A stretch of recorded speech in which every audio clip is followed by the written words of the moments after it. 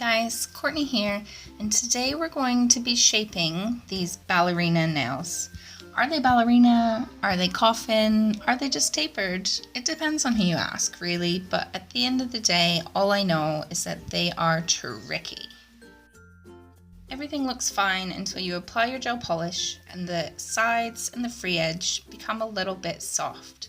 With this filing technique, you're going to have crisp sides and a crisp free edge, so crisp that your clients are going to have to be careful they're not slashing people up when they go out with these nails. So I've got this nail here that I've already tipped and I've blended it. I'm just going to cut a bit off the end. It's important to remember when you're doing this shape that you need to have a bit of length. You can't have a short ballerina nail. There's just something about it that doesn't look right. So when you're beginning, it's easier to do this using a Sharpie marker. It's a good way to visualize what you want to do. So I'm going to mark the center of the nail and I'm going to mark on either side, and this is going to be the width of my free edge. You want the side of the tip to go from the free edge all the way up to the natural nail, so we'll put a mark there and we'll do the same on the other side. So take your marker and just draw a line connecting the natural nail with the outer line of your free edge. And this is going to be a guide for you to cut up against. If you don't want to cut it, you can of course use a file, but it's going to be more time consuming and we want to get that filing time down. So I'm going to use a pair of scissors. I've got a curved set of manicure scissors. I'm going to cut the side of the tip off. I'm going to go right up to the black line. I'm not going to cut into it because I'm going to refine this shape with my file. So we just cut this off and then we'll go and do the other side.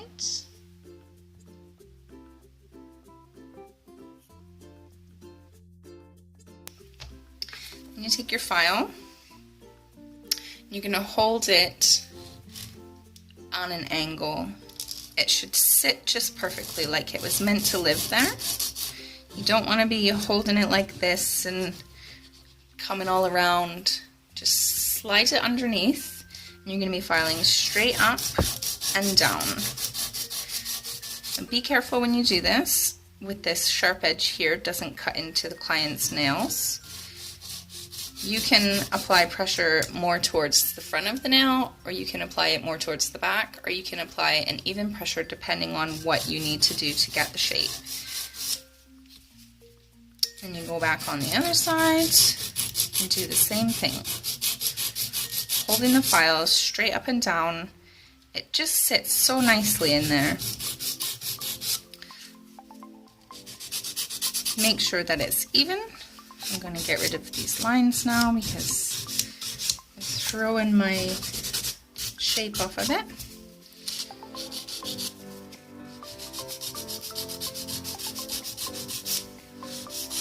If you notice that there's a wee bit that's kind of bulging out, you can use the edge of your file and just apply it to that area. You can file just that area. It's only going to take a couple of strokes to get it where it needs to be.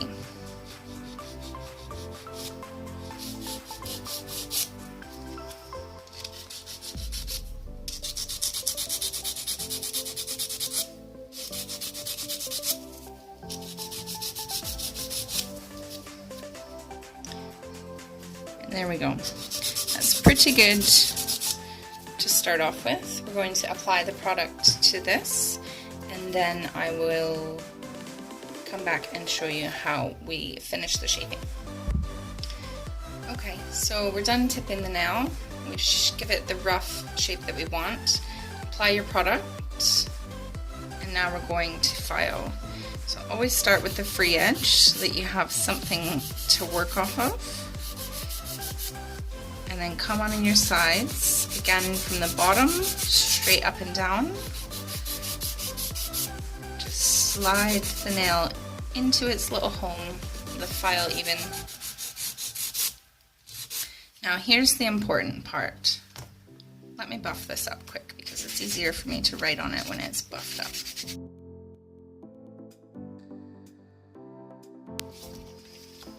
Okay. This is where a lot of people make the mistake.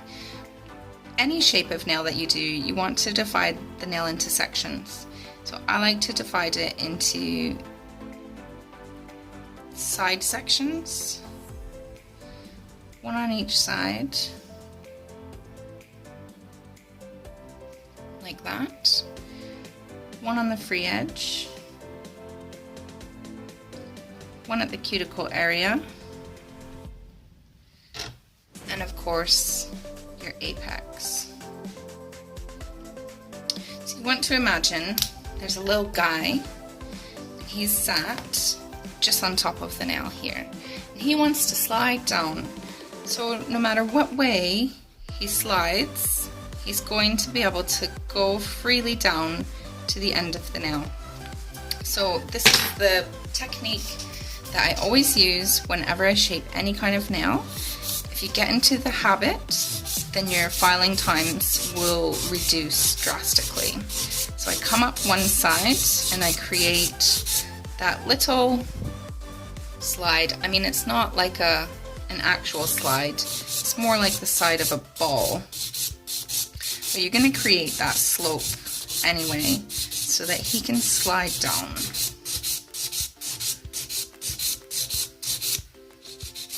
And of course your side edge is going to change as you do this. So just slide your file underneath and tidy it up as you go. And do the same on the other side.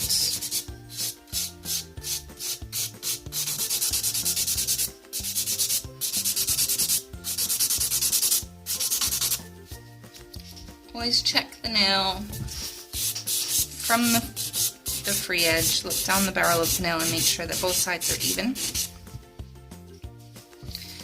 And you're going to come up your free edge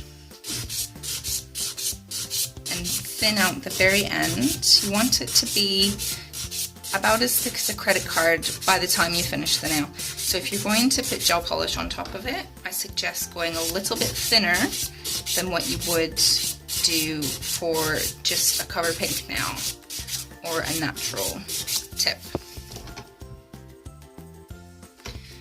Once you've done the free edge, you can go ahead and do the cuticle.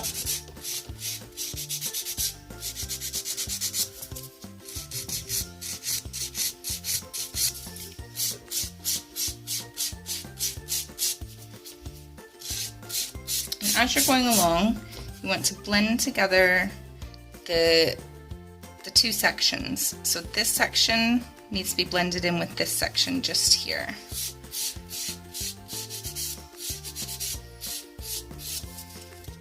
And the same on this side. The side section needs to blend into the cuticle, because what if that little guy wants to slide down just there? You don't want him to have a bumpy ride.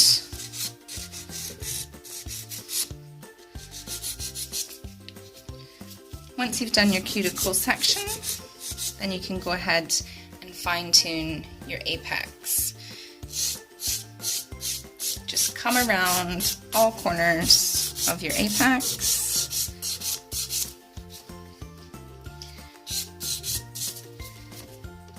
Now you just want to check the nail from all sides. Make sure that everything is flowing together nicely. You don't want any low spots or any high spots.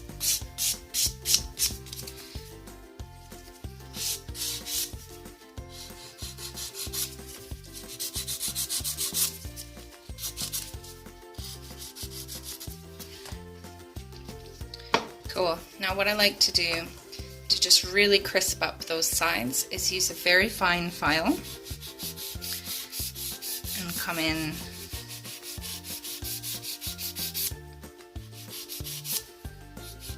and just clean them up.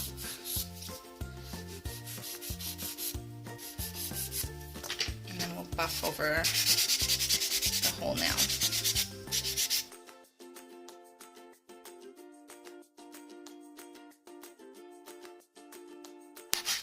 Make sure you get all the little burry bits from underneath.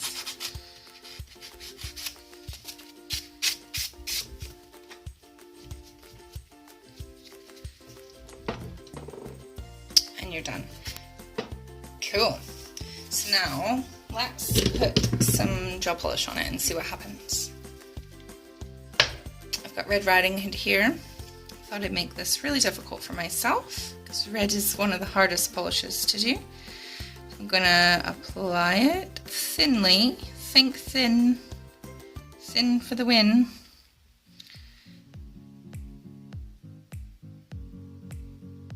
Come down the sides.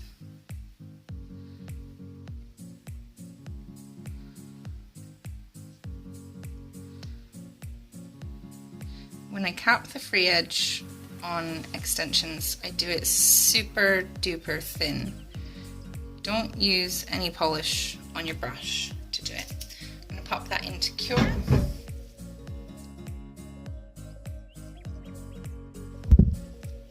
gonna do another layer, another thin layer. Don't drown the sides of the nail. Don't bring your brush along this edge here. Just let it slide over as you go down.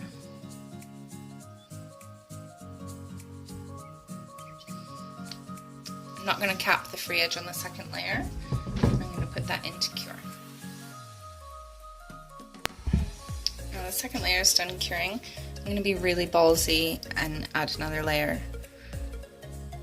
Let's just see. Because sometimes with colors you need to add 3 layers depending on the brand and the shade. If you're using a really light shade, you may need to add 3 colors. So I just want to show you that it's not the gel polish necessarily that bulks out the sides of the nails.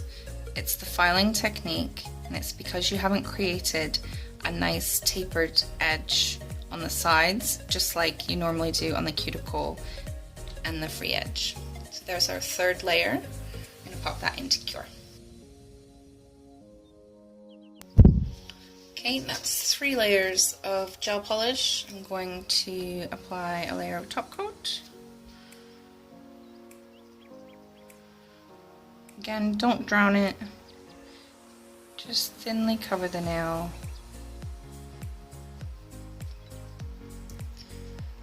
Pop that in your lamp. And then that's done. So as you can see, even with 3 layers of gel polish and a layer of top coat, we haven't lost the crispness of the sides. We've still got our apex on all the nails. I really hope that this video has helped you. When I learned this technique, it was such a game changer for me. So if you enjoyed this and you found it helpful, give me a thumbs up. And if you haven't already, don't forget to subscribe to my channel and share with your friends.